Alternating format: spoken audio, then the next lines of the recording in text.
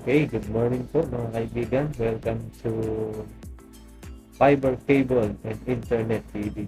So dito po is mag-install po tayo ng isang 144 ODF. Bali ang ODF po is optical distribution frame. So yan po. Bali 12 layers po yan. Tag to 12 fiber sa isang layer. So, bali 144 po yun. Yan, ayun po yung frame niya. So, makikita niyo po dyan na naipasok na natin yung fiber.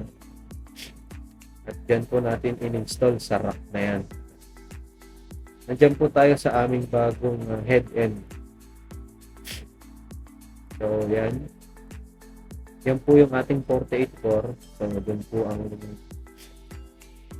installation niya sa gilid. Doon po siya naka-clip. So, ginagayak na rin po natin dyan yung tatlong fiber pa. Pero ang ipapasok lang po natin dyan is yung bali tatlo lang po. Bali, yan pa lang po ang i-install natin dyan dahil susunod po na araw. Ipapakita po natin kung paano ikabit yung ating mga ibang system. Pasensya na po, sumisimot tayo. Medyo simiton po. So, ayan. Nabalatan na po yung isa pang fiber. At si Ruel po ang ating tagabalat. Nag-design pa. So, yan. So, hintay-hintay lang po at ipapakita po natin dyan paano natin i-splice yan isa-isa at yung itsura po nung sa loob ng ating bawat tray or frame. Bali, 4 buffer po yan. Blue, orange, green, brown. 12 fiber po ang laman ng bawat isa. Doon po, naglagay tayo ng protection hose niya. Dahil doon sa pinaka-play nung pag-atras abante ng tray para hindi po gasgas yung buffer.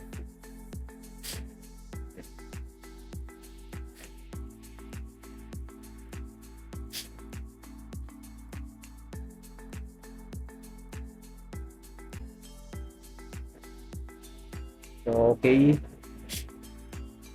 So, dito naman po, sa part na ito, ayan, makikita po ninyo kung paano po natin in-install yung buffer tube. Kasama na po dyan sa tray yung ating pigtail with color coding. Blue to aqua. So, ayan, fix na po dun sa tray yan. Cable tie na po yan. Yan. May hose din po para dun sa protection dahil nakadikit po sa gilid po. Para hindi po nagagasgas if ever na kilain o atras abante. So, ayan po yung ating machine. Yan. Kasalukuyan po natin itinudugtong yan. So, ayun. Nakapasok na po yung tatlong fiber natin. 48 core po yan bawat isa. So, i-splice po natin yan hanggang sa may pasok natin lahat dyan. Ayan, splice na po. Ayan. So, 0.01. Okay, napakaganda po nun. Maganda na po yun para sa isang splice ng fiber. 0.2 okay pa po yun. 0.3 medyo alanganin na po yun. Dapat po ulitin na natin yun. Ganyan po natin install ng isang 144 ODF. Okay. Dito naman po sa part na ito, ayan, naidugtong na po natin yung 12 fiber. So, ayan na po yung itsura niya. Ayan. So, bali, pangalawang tray ko na po ito dahil yung blue natapos ko na. So, ito po is yung orange buffer. So, ayan po yung itsura niya. So, yan po ang ating guide ngayon sa araw na ito. So, maraming salamat po sa panonood. Please like and subscribe po sa ating channel. Maraming salamat po.